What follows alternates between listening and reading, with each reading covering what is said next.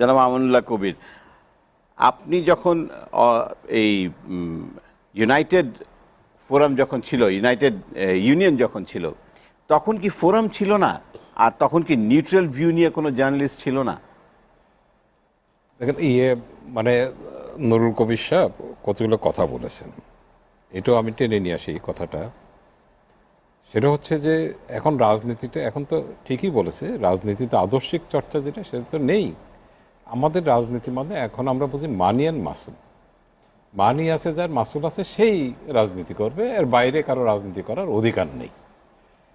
আর একটা জিনিস হচ্ছে যে সংবাদপত্রের ব্যাপার, সাংবাদিকদের ব্যাপার।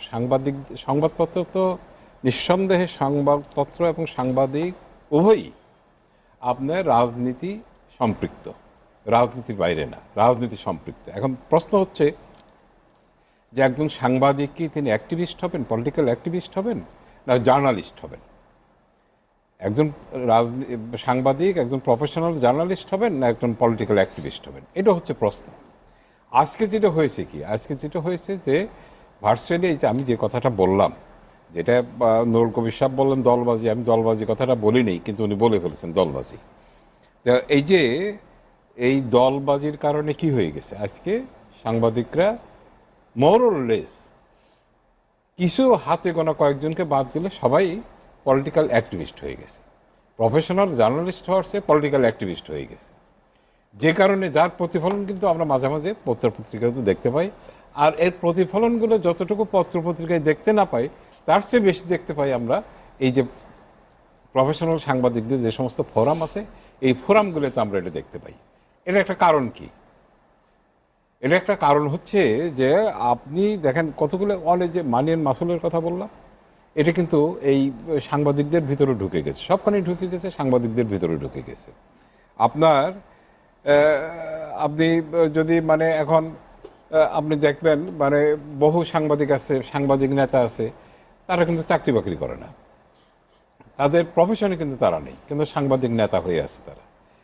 তারা তাদের সোর্স অফ ইনকাম কি, এটা কিন্তু আমরা জানি না, এটা ইনভিজিবল সোর্স অফ ইনকাম। কিন্তু কবির ভাই, এই যে জিনিসগুলো চলছে, এটা কিন্তু এই যে আমি যে আমার কথাটা আমি আসছি, আমরা যখন ইউনিয়ন করতাম এই সমস্ত ছিল না।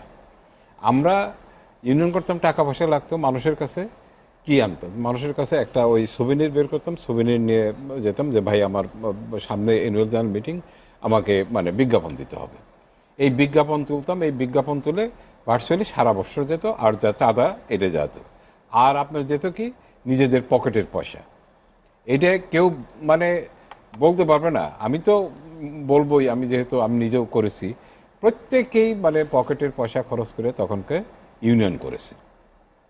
তা আজকে তো পকেটের পয়সা খরচ করতে হবে না, পকেটে পয়সা আসে, নিজেরটা যায় না পকেটটা, বরং নিজেরটা ভরে। তো পলিটিক্যাল পার্টিগুলি বা পলিটিক্যাল লিডারশিপরা কেন প্যাট্রোনাইজ করে? পলিটিক্যাল পার্টি ওই যে যেটা মানে নুরুল কবির বললো, যে আমি যেটা বললাম যে এই যে জিনিসটা পলিটিক্যাল পার্টিগুলো মনে করে কি, পলিটিক্যাল পার্টিগুলো আপনার আমাদের দেশে পলিটিক্যাল পার্টিগুলো কিন্তু মানে কিভাবে গ্রো করছে, এগুলো ইনস্টিটিউশন হিসেবে গ্রো করে নাই। পলিটিক্যাল পার্টিগুলো নিজেরা ইনস্টিটিউশন হিসেবে গ্রো করে নাই, এবং বাংলাদেশে কোনো ইনস্টিটিউশন গ্রো করতে দেয় নাই। তারা সবাইকে তাদের রাজনৈতিক হাতিয়ার হিসাবে বা তাদের রাজনৈতিক সুবিধার জন্য, রাজনৈতিক মুনাফার জন্য ব্যবহার করার চেষ্টা করেছে। এবং সেই ক্ষেত্রে আমাদের যে পাকিস্তান আমলে বা বাংলাদেশ হওয়ার পরে যে চেষ্টা করেনি এটা ঠিক নয়, চেষ্টা করেছে কিন্তু, যেমন বাকশালে আমাদের যোগদান করতে বাধ্য করেছে, অনেকেই যোগদান করেছে, না করেছে, এটা তো বাধ্য হয়ে যোগদান করেছে। চেষ্টা হয়েছে, চেষ্টা হয় না এটা ঠিক না, কিন্তু সেখানেও একটা রেসিস্ট্যান্স ছিল, সেখানে একটা রেজিস্ট্যান্স ছিল, এবং সেখানে প্রফেশনালিজমকে সাংবাদিকরা সবচেয়ে বেশি গুরুত্ব দিত, তাই না? আজকে কিন্তু সেই জায়গাটায় নাই, যে কারণে হয়েছে কি আপনার প্রফেশনালিজমটা না থাকার ফলে এবং পলিটিক্সটা প্রধান হওয়ার ফলে এখন আপনার সাংবাদিকরাও কিন্তু বা সাংবাদিক ফোরামগুলোও কিন্তু রাজনৈতিক দলের ভার্চুয়ালি এক ধরনের মানে অঙ্গ সংগঠনে পরিণত হয়ে গেছে। আপনার কাছে আবার আসবো।